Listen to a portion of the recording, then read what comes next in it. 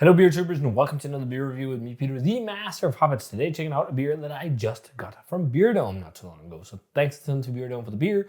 This was part of a huge American drop where there was loads of haze, and I only got like 2 hazies and all the West Coast that were in the release, which was this one from Brewhouse, and I think that was it, really. I got a couple other West Coast beers, but otherwise, it was some stuff that is more shareable. So yeah, I just tend not to buy too many IPAs in general these days because I'm like, yeah, unless they're West Coast, I just kind of don't bother too much with them anymore. Like, I'd like haze once in a while, but it needs to be like the best you can get. Otherwise, it's like I'm not that a big fan of it anymore. So I'm looking forward to this because these guys also make a hazy that's fucking awesome. Parish, and this is their West Coast Ghost. This is a take on Ghost in the Machine. They've done so many. And Double Dry Ghost in the Machine is one of the best hazy IPAs with Citra in the world. And it's just a beer you should check out. 100% Infinite Ghost is also fucking amazing. And so is Ghost Prime is also very nice. Also, the regular Ghost in the Machine is really nice. I had a couple spin-offs that I was not a super fan of, which were collabs, but I think it was an age thing. But this one is the West Coast Ghost, which is basically Ghost in the Machine done as a West Coast IPA. So what the whole story is like, what if we lived in a world where hazies didn't exist and everything was West Coast? What if we brewed Ghost in the Machine like that? So that's what they did and came up with this kind of West Coast looking label, I guess. This is an 8% West Coast double IPA. So this looks more akin to classic West Coast, judging by the appearance, or at least like the San Diego style, but it's a little bit more hazy. So let's check it out. So pours, slightly golden orange. This is what I remember in terms of color from some of the classic San Diegan breweries. Stone IPA, just a Brewery Nation, a lot of beers like that were this color. Lagunitas was maybe a bit paler. I'm not entirely sure, but this is, I can't remember. Of course, when I have to remember all West Coast IPAs on the top of my head, I can't. Or Happy Birthday, that was a pale ale though from Alpine. Or Exponential Hoppiness, that was also a bit dark. But from the time when you added crystal malt in your West Coast IPAs, it looks a bit like that. So darker in hue. They have a longer boil schedule on this. They have different kettle additions. It's different, the construction of this beer compared to the process for Ghost, which makes sense. You can't just take the hazy IPA and just make it more bitter. It will just be a more bitter hazy IPA. You need to rework everything so that it's a West Coast. And frankly, probably my favorite hoppy style, but I'm really gravitating into West Coast pills. Like, fuck, that's just the best hoppy style right now. And Joe has been an advocate for that for so long, and I would say I've been influenced by it. So really like it. I also love West Coast IPAs, but I'm looking forward to this one. I'm really hoping this will be great. So yeah, I got this one on Beer Dome. Thanks to Beer Dome for the beer. Check them out. Link for the shop is down below. They still have a lot of beer from that release if you're interested in trying some both American, also Canadian, well-renowned brewers. But yeah, slightly hazy, copper, rust orange color, white head. Let's check out the aroma on West Coast Ghost.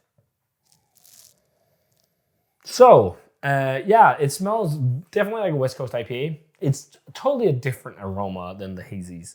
The thing is, like, it doesn't smell as saturated. And I don't think you'll ever get West Coast IPAs that are exactly as saturated as the hazies because hops are not in suspension in these beers. Although there might be a little in this because it's slightly hazy. The thing, a lot of people like to criticize West Coast IPAs these days for being hazy. West Coast IPAs these days have a lot more hops than back in the day. And lots of hops means haze.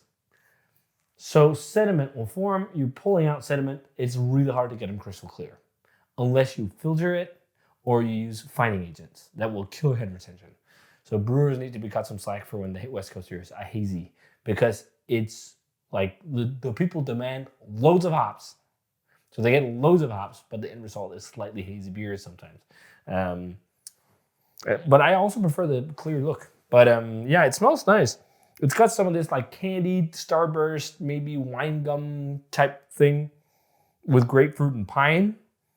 It smells like old school Citra to me. Like what I remember from drinking, as I said, San Diego IPA. There's a little bit of a crystal malt sweetness, like candied orange peel, It's not the same kind of mega dank notes like I got in some of the classic West Coasters, and also compared to some of the modern ones, they're so freaking dank.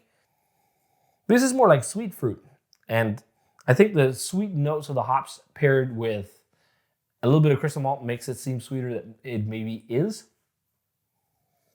Because right now, smelling it, I'm thinking this is going to be sweet.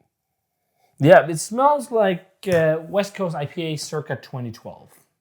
You think, or even like in a lot of American IPAs around that time that try to do West Coast stuff, like La Cumbre, it also reminds me a bit of something like that. It's just, in that vein, it's 2 months in the can, is doing quite well though. Let's try it. Cheers. Thanks a ton to Beard for the beer.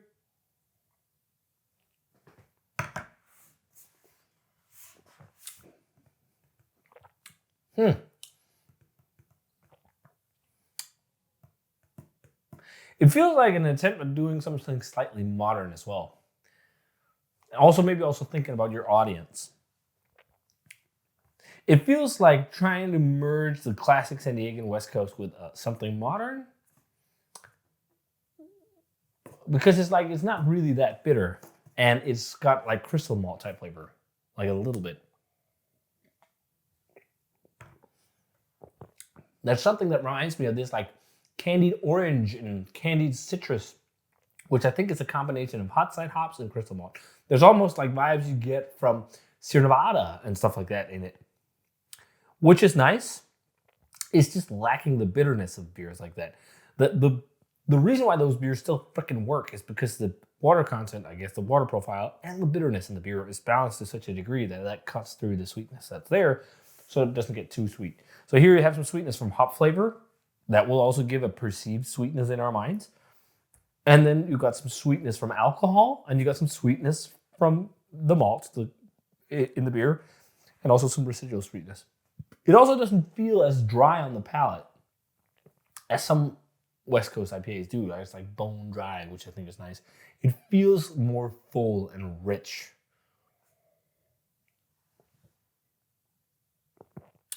I think this is decent, but this is not what Parish is great at. Like, Parish rocks those hazies. It seems like it's trying to merge a couple different traditions into something. And it's nice, it's a good beer, but I can think of countless West Coast IPAs I'd rather drink over this. Countless. It's not a bad beer by any means, but it needs some sharpness and edge to punch through the sweetness and perceived sweetness, which it lacks. And that's the biggest pitfall with this one. It's like all those sweet candied citrus, great, not even grapefruit. It's like total orange tangerine bomb, maybe a little bit of mango.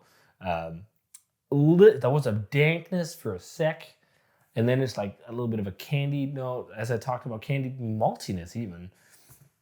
And then like the lightest bitterness, maybe the lightest hint of like maybe sugar-coated grapefruit, candied grapefruit. It's interesting. It's fun, but I prefer Ghost in the Machine. In terms of grade, a lot of people love this a lot. I have a lot of friends that have given this like 4.4s and 4.2s and shit like that. And Untapped. I'm just disappointed, that's all, I think. I expected this to be like the couple Brewhouse West Coast IPAs I've had. It was just like, they would kill this. Like, I think if it just had more pronounced bitterness with these slightly old school meets new school flavors, that would really save the beer. That's maybe the only thing that would need to happen. Just a bit more bitterness. But it's still good beer. So still something I'd say check out. But I think if you see this around, you need to drink it now. And when you see this review, I'll tell you this was recorded in December 24. If you see this on shelf now, you need to drink it like now. If you see this in January, drink it now. Get it now. This is not going to get better with age. So this is a bit hard to grade. I kind of like it. I also kind of like feel indifferent about it, to be honest, compared to a lot of other Parish beers. I love Parish. I think Parish makes amazing beers.